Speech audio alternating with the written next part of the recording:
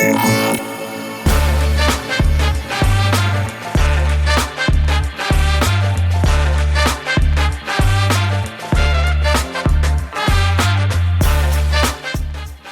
and welcome to the Sober Freedom Podcast. I'm Christal. And I'm Lisa. And we're here to share our experiences of going alcohol-free and the freedom that it brings in the hope that it might inspire and support you in your journey.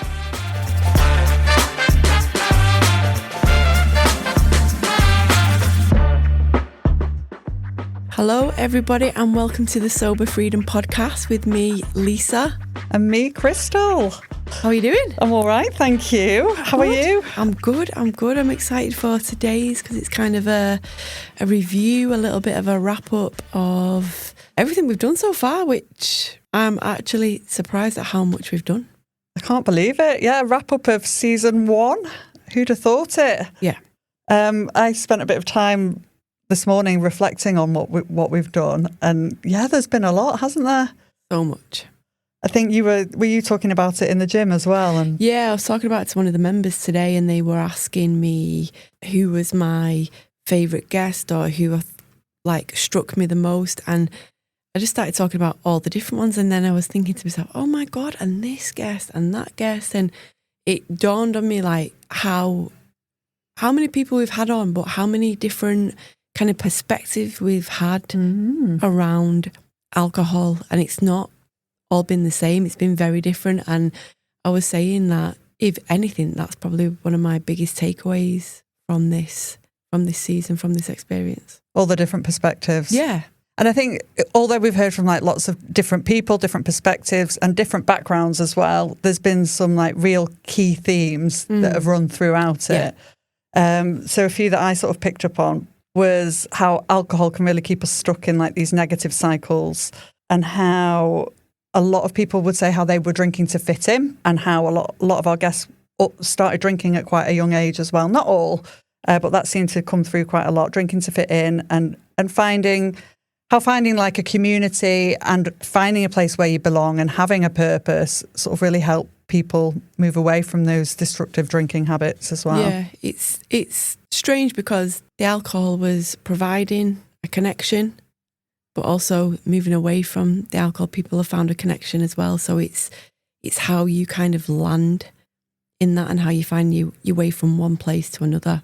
The middle part is very challenging to arrive at that decision, but either way, you're searching for a connection. And I think, like you say, alcohol can provide that sort of soothing and to make you feel like you belong. But then I think what's come up as well, it's until it doesn't do that anymore, isn't it? It's until this pivotal point. And what that seemed to be for a lot of our guests was when drinking alcohol and the behaviour and the things that caused sort of became very misaligned with their own core values. And that seemed to be quite a pivotal turning point for, I would say, a lot of the guests. Yeah, I'd say pretty much all of them, that was the tipping point. Everyone could enjoy it up until a point. And then once they started to reach that point on a regular, it was a quite startling kind of you had to look at yourself in the mirror and make a decision okay, is this fun worth this kind of torture over the next few days? And for a lot of people, it wasn't. And I think that's something that struck me when you were talking about how you arrived at your decision. I think, did you say something like the way that you felt the next day, the cons of drinking just began to really outweigh the pros? Yeah, absolutely. Yes, and I can relate to that as well.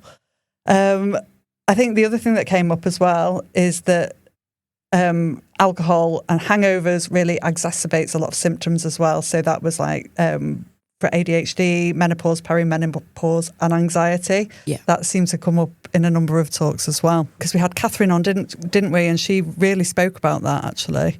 Yeah, and living with Catherine and seeing those symptoms heightened, it's not a nice thing to see. Because you could just tell the patterns, and I could tell the next day, I could anticipate what was gonna happen, the racing thoughts, the kind of anxiety, second guessing around her own behaviour or how she felt internally, like emotionally and mentally, was so debilitating. And it was all heightened because of the alcohol, because it's a depressant. And you know, the irony is she would drink to kind of relax and kind of be on the same level and pace as everyone else. But the next day she absolutely paid for it. Yeah, I think she gave a really it was a real insight. The way she described it was, you know, just as if we could be in her head like in those moments. So it was really insightful to actually hear that, to know what was going on for people. And obviously she's got her own business, hasn't she? And wants to be able to perform much better. What a great position to be able to make that choice, to do that. Yeah, and I think ultimately she knew that she couldn't continue at that level of drinking and be successful in business, be a present partner, be kind of like good to herself, really, because she was having to battle the effects of alcohol on top of the stresses of having a business and you know, all the things that relationships throw up on top of ADHD symptoms as well. So it was just like, oh, you got a fire, here you go, there's a bit of fuel, just add a bit more. So it was a real kind of like eye-opener for her. And I think we touched upon as well how like sort of fueling the fire, that became clear for obviously like when we were speaking with Vicky recently as well, wasn't it, about the perimenopause and menopausal symptoms? Yeah. Because they already like impact your energy levels, your mood, how you can sleep, and then obviously alcohol is like impacting on all of that on top of it. Yeah, it just adds another layer of trying to either recover or trying to function at a normal level. All the symptoms of menopause or ADHD put you at a disadvantage already. So to add alcohol and the effects that can have, like for the following days, is just so detrimental. Definitely. Definitely. Well, I am enjoying my sober life. I know. And I've loved hearing all of these different perspectives as well from everybody, because it's certainly, I've learnt loads, and it's certainly helped to keep me on track. Are there any like standout things that you've like learned, or like snippets that you've like really picked up on throughout? Yeah, one of the standout moments for me where I was like really took a different viewpoint was Claire Dew. And when she was describing how, she'd had her son quite late on, I think she was 40. Her husband was in the army, so he was travelling a lot. So she felt quite isolated. She was on her own. And her kind of story was that, she doesn't drink now, she's sober. But during that time, she did drink, but her perspective on it was she was actually grateful for alcohol at that time because it got her through. And I was like, wow, that just blew my mind. I've never looked at it through that lens before, like being so grateful for it because it was a functional crutch, not maybe positive, but it was a tool that she used to get her through that period of her life. And I've never thought of it like that before, but I thought, do you know what? Yes, actually. Yeah. And own it. She owned it, and I could see in a weird way how alcohol during that period was actually a positive thing for her. And it just blew, even now talking about it, I'm still like, I can't believe it. But it was. Because when she was saying it, it was like, what? It was quite like, what are you saying? Yeah. It was a surprise, wasn't it? Yeah, it was a surprise. But then when she went on to explain it, I was like, actually, yeah, I can see that. So it was a short-term tool, I think, really, that she was using, wasn't it? But then I think that goes back to it worked until it didn't. And then because she was obviously training as a wellness and nutrition coach, I think she explained then, didn't she, that it became very misaligned with her values and all of the knowledge she was gaining. A lot of a lot of stuff that she was kind of then thinking about speaking to people in a different way about. So yeah. But yeah, for me, that I'm still, even when I think about it now, I think, bloody hell, like, that's great. That's great.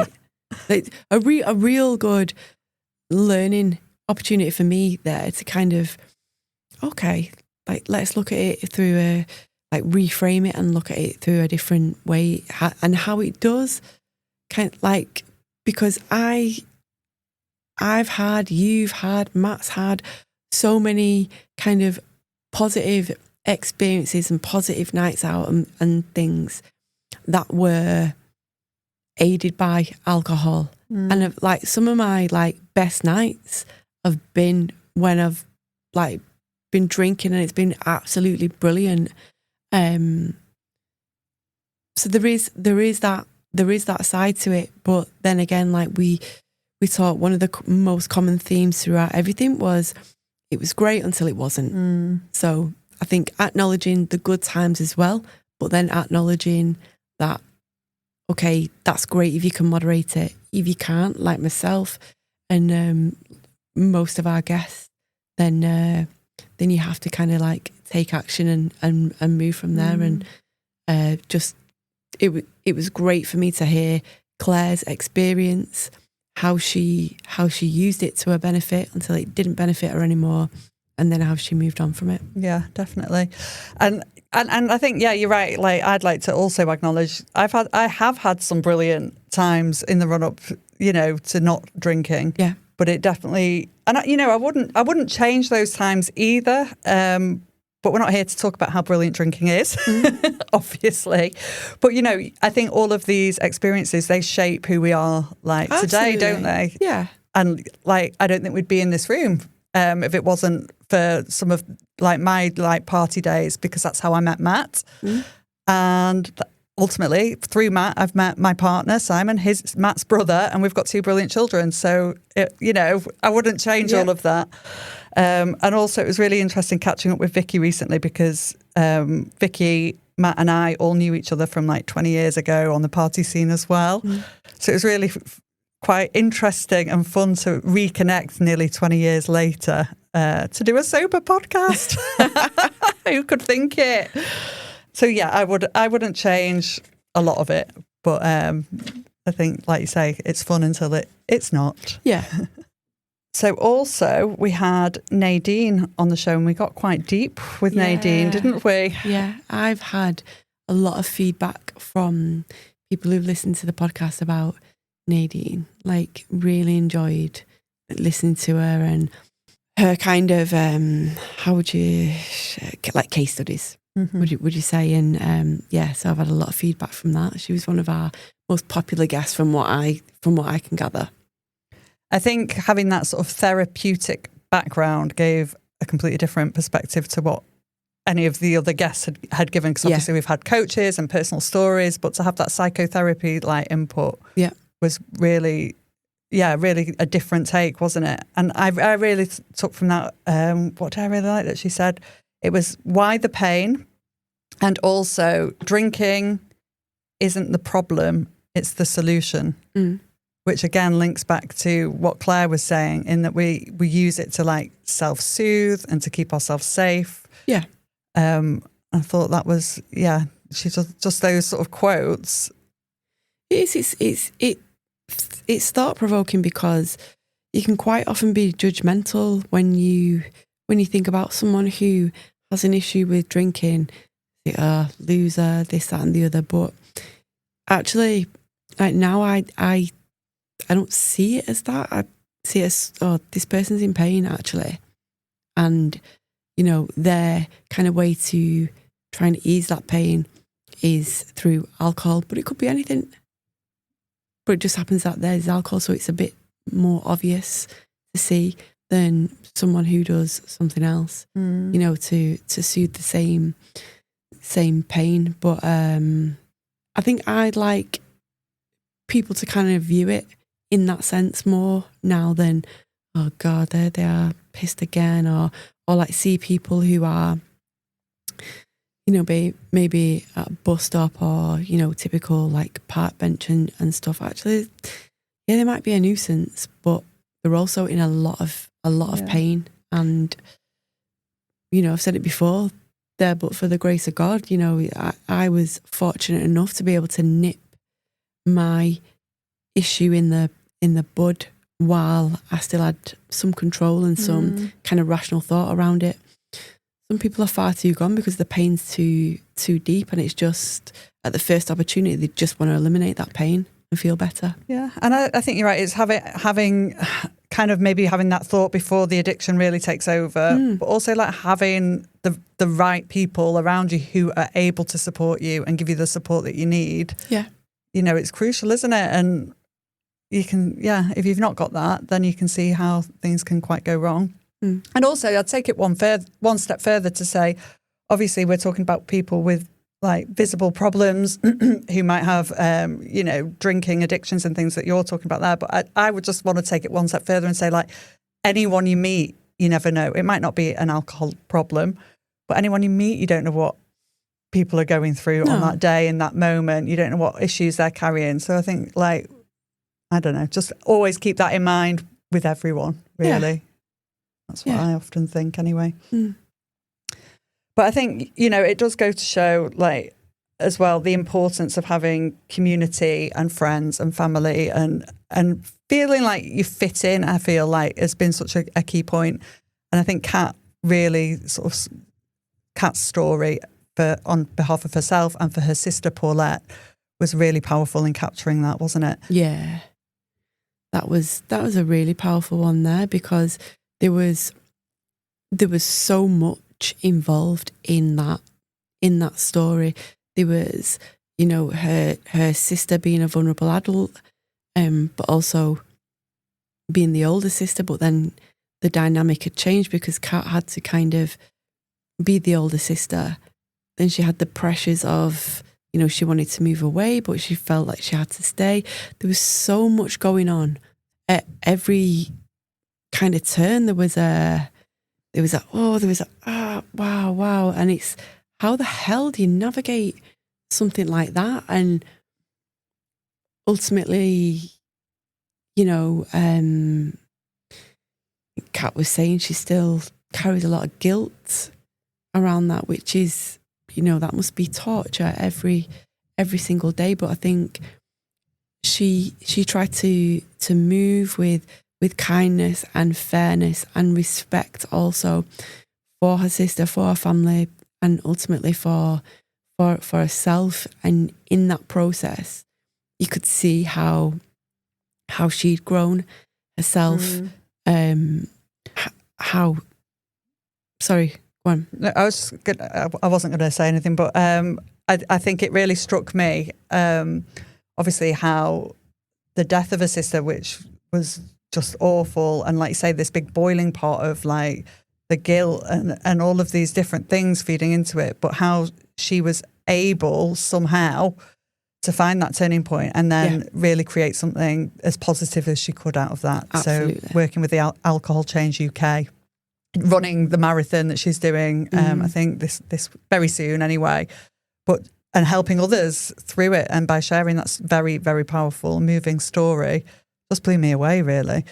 Yeah, and I think like to allow herself to be so vulnerable to everyone, really, and just put herself and her story out there, reach so many people on so many different levels, because like you say, there was a lot involved in her story that it could connect with 10 different types of people on 10 different levels, because it was such a big event in her life.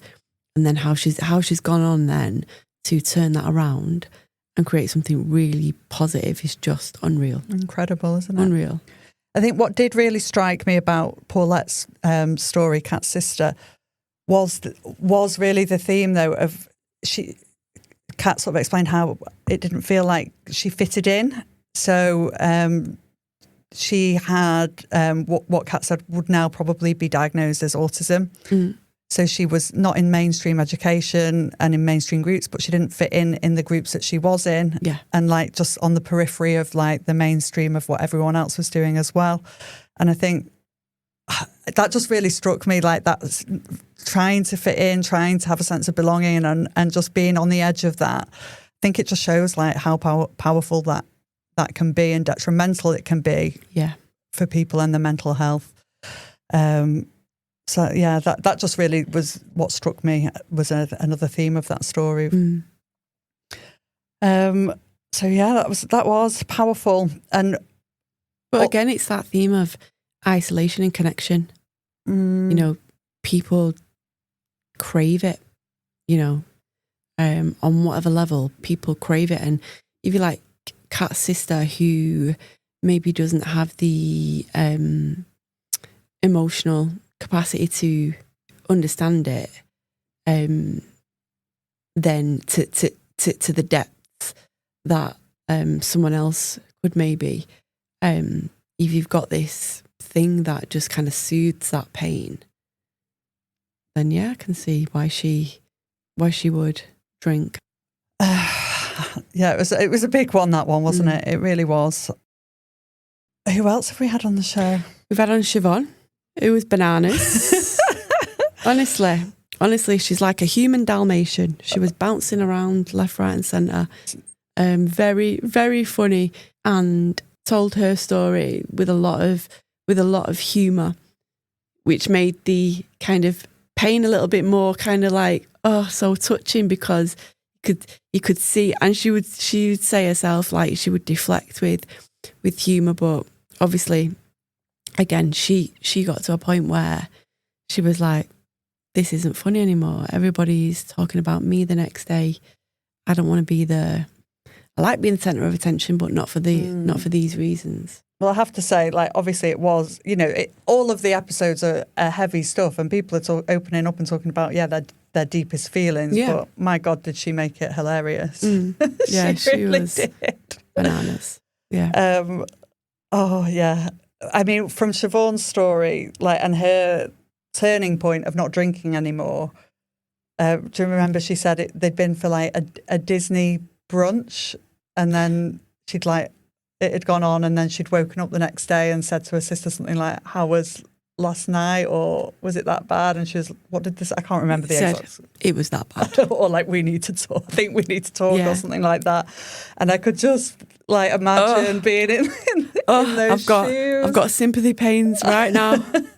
Right now, that I hate that feeling. But she did, you know, it was highly entertaining listening to Siobhan and chatting with her. It was high energy, wasn't it? Yeah, and also what was interesting was when she said she decided not to drink, and she told people, nobody gave her a chance.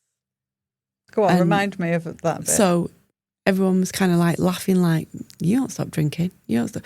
Because she was that girl. She was the life and soul, have a drink. So for her to not drink, people either didn't believe in her, didn't think she could do it, or just thought she was joking, because she just would joke about everything. Which I think then kind of doubled down on how serious it was for her. And then for people to then kind of think, oh, okay, like she's really not doing this drinking thing anymore. Maybe there is something to it, like, why is she? And, you know, I think people mask a lot their feelings around the effects of, you know, that alcohol has to them. They kind of minimise it because in society, you know, a hangover is a badge of honour, but and people don't like to kind of recognise or talk about, actually, I'm feeling pretty low right now, like not just rough, I'm feeling like really bad. So for her to go from being this out there girl who like, yeah, I drank this and now I'm hanging out my ass, being like, no. And I think as very well, brave. She was quite, I mean, I would say, I think she was about 28 when she stopped drinking. Does that sound about right? So in my mind, I'm like, that's pretty young. I wish I'd thought of it. Yeah.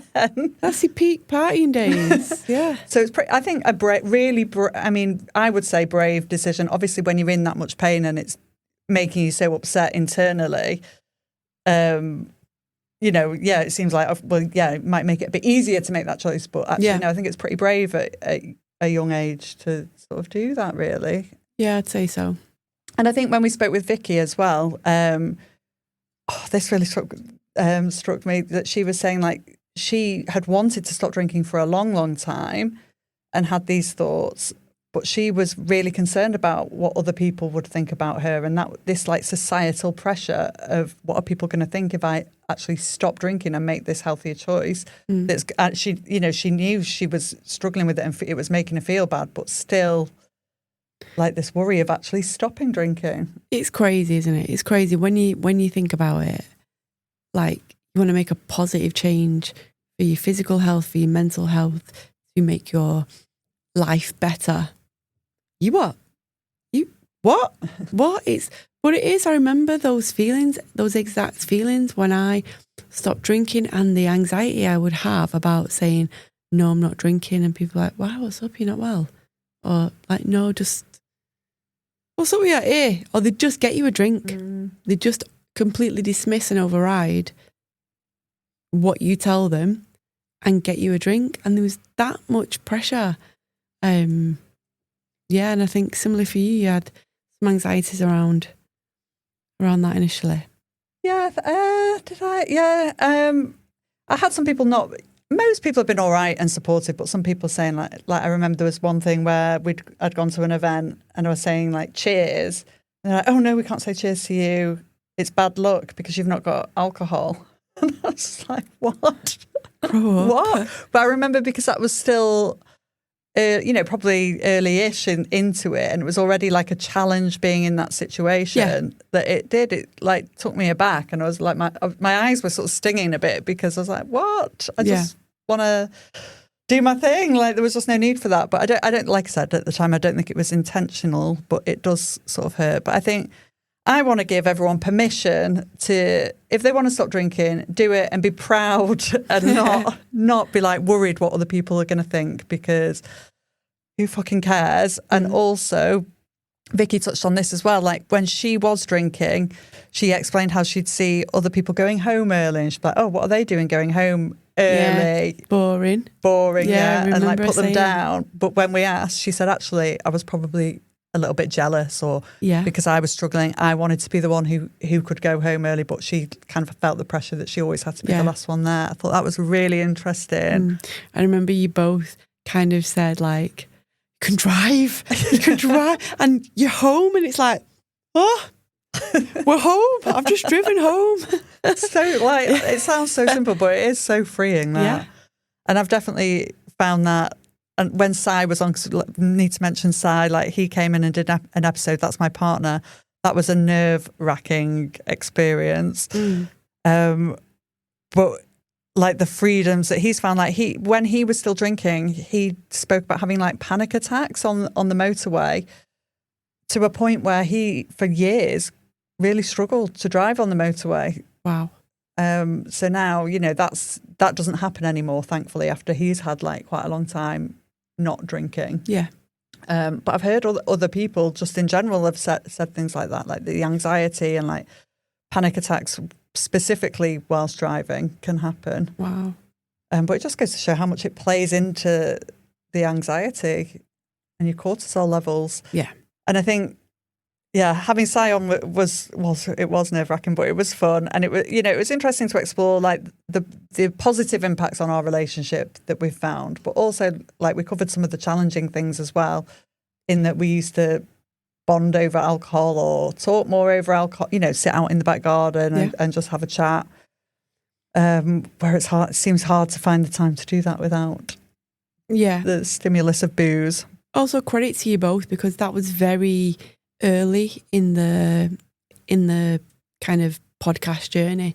So for you both to be so kind of open and honest and really vulnerable about how alcohol had affected your relationship both negatively and positively, I thought was massive actually, because so many people will have listened to that, recognise those exact same feelings, those same thoughts and stories, incidents in their own relationships, but actually wouldn't kind of like to acknowledge that. Yeah, definitely. And I think it was interesting sort of exploring around the feeling of, if I'm being out, his worry and concern of what might be coming in, or what might be happening to me when I'm in a vulnerable situation. Leave them wanting more, Christal. Leave them wanting more. I was thinking about it this morning and thinking, like, you know, at the time I could never see it. Like, I'd be like, oh, he's been so uptight or controlling. And even, you know, why wasn't he finding me so attractive when I had glazed eyes and stumbled in the door and started blasting out Usher at 1 a.m. to don't know how he could resist. God. But I still think, like, going forward, just like saying it out loud now, like, we do probably still need to find more time to sit and do those things. But tonight's a beautiful sunny day today, so hopefully we can sit in the garden and do that without, you know, I don't want the booze, but it's just making the time to actually do it. Yeah, that's important. So what is next? What's next? Well, I know we're going to take a little break. That said, people are beating down the doors to be on this super successful podcast. So we have a whole host of guests line up, really interesting guests. We've also got some repeat guests because they've been so popular and people have asked for them to come back and speak more. So we'll get those back on as well. But also feel free to, between like now and, you know, the next few months and stuff, feel free to ask about any kind of subject areas around alcohol and being sober that you'd like us to cover, or if you think there'd be anyone interesting that we could get on, suggest them, or even yourself, if you would like to be on, drop us a message and I'll get Christal to vet you. Do you know, I've had some messages actually on Instagram of people saying like they're really interested, so, which is amazing. So yeah, if anyone is personally interested, or if anyone has got like a theme topic or something that we haven't covered already, I think that would be brilliant for people to get in touch with brilliant. that. Absolutely brilliant. And you can do that on the Sober Freedom Instagram page, sober.freedom. Because it'd be good. And as well, like we have had lots of lovely messages of people who are listening or people who have found something that resonates with them.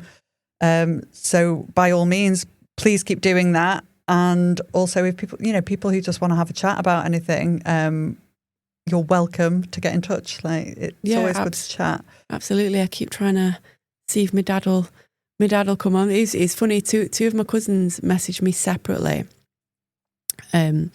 One about 3 or 4 months ago, another one just over the past week, saying that listening to the podcast, they've now decided that individually, like independent of each other, want to stop drinking, and listening to the podcast had made them given them the courage and the kind of like, right, I can do it. I'm going to do it. Really? Yeah. And it was interesting because my dad was speaking to one of them and he messaged me, he said, don't let me listen to that podcast. We'll brainwash him. Yeah, I still want a pint. But then again, like even his thoughts around drinking and alcohol are like changing, and it's opened up conversations between us. So it's been like beneficial on so many different levels. Wow. I love that. Like, and I'm blown away at that. Even for that, I'm grateful if that was the only thing that I would take away from this. Like that is amazing. I've got a brilliant relationship with my dad, but it's just opened another avenue of kind of like speaking about things. So it's really been great. Personally for me, it's been great. opening up that conversation and that thought. Wow.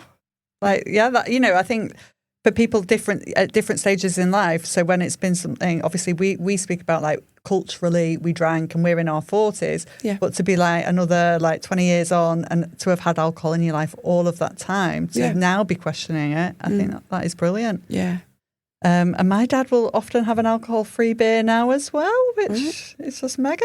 I love it. That's so good. My dad calls when we go to the match. So he'll have a pint, but he'll say to me, "Do you want an OO?" I'm like, "What's an OO?" "Do you want an OO?" I'm like, what do you mean? He goes, "The O's, the no what?" I'm like, "Oh, 0%, right? Oh, that's what I said." It's so funny. It's so funny, but yeah. And I think even like, I know that Matt, our podcast producer, has been on and like he spoke about his drinking and sort of moderating that more. And I think we've ruined Matt's Christmas outing in December as well by brainwashing him a little bit. I'm sure he's grateful. But also the other thing that has come up actually for me is like, and I think we've spoken about this a lot, but like when you meet people and you tell them that you don't drink, and how people feel like, "Oh, well, I only drink sometimes and Yeah. We're not judging anybody for drinking. Like, absolutely not. Oh my God, absolutely not. So if anyone comes and does want to chat, it's not that we're ever going to be like, "Well, how much do you drink?" and blah, blah. You do whatever you want. But if you feel like it's niggling and it's a problem, that's fine. But if we're just chatting and you're having a drink, no, we don't mind. It's absolutely fine and nobody's judging anybody.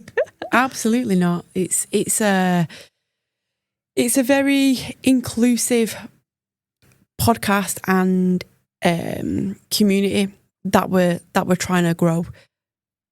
But our perspective on it is, look what we can do now because we don't drink. We've had the ups and downs of drinking, but now we've made a conscious decision not to.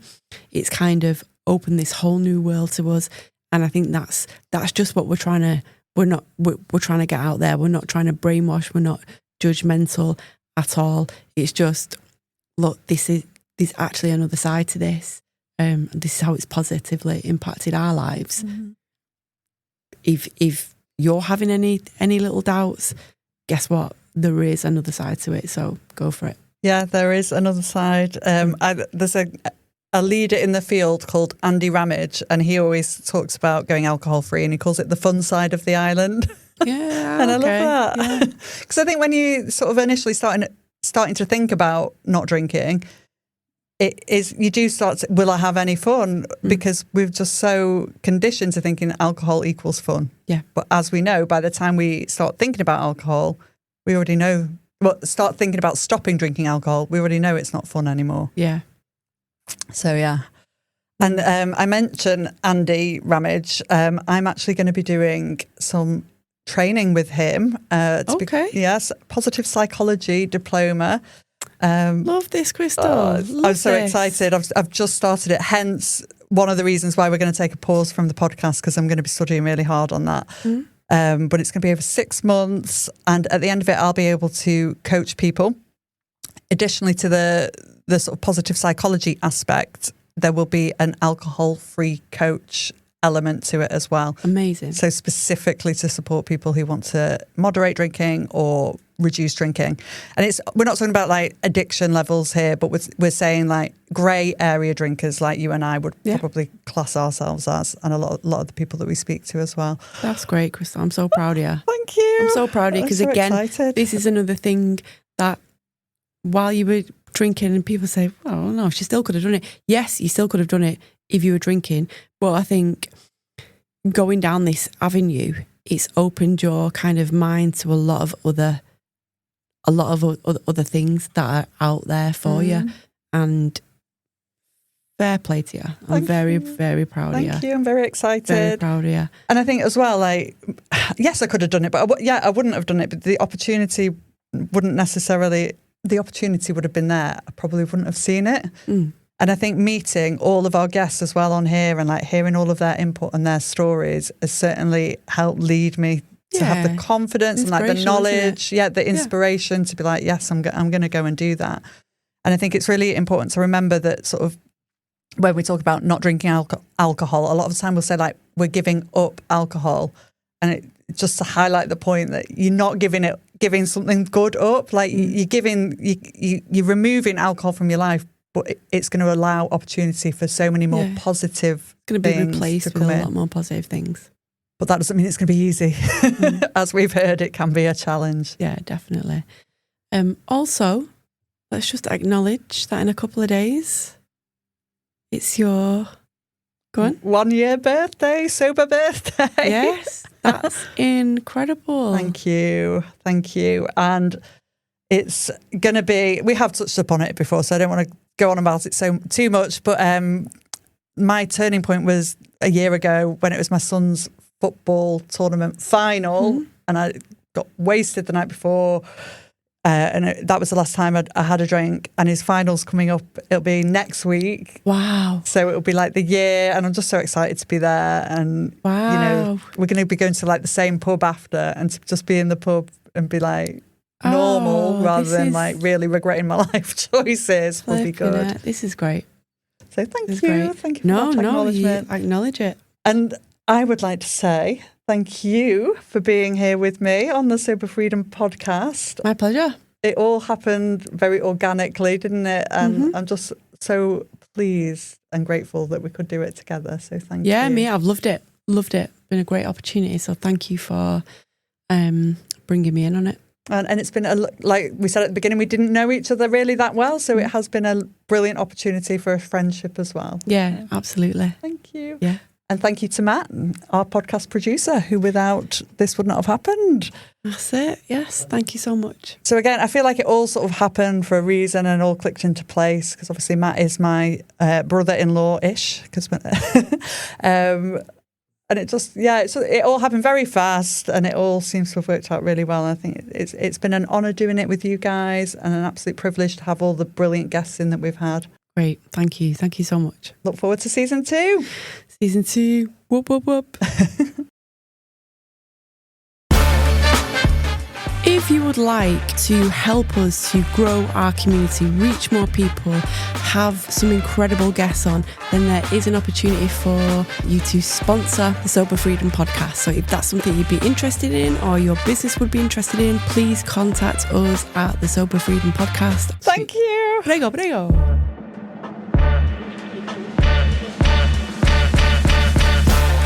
The Sober Freedom podcast is hosted by Christal and Lisa McGuinness.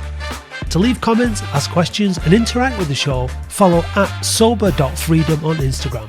Please also subscribe, rate and leave comments wherever you listen to help us reach more people. The show is recorded at QPod Studios in Oldham and produced by me, Matt Dean, with video production from Eddie Corteen for QPod Productions. For more information, please visit kupod.co.uk.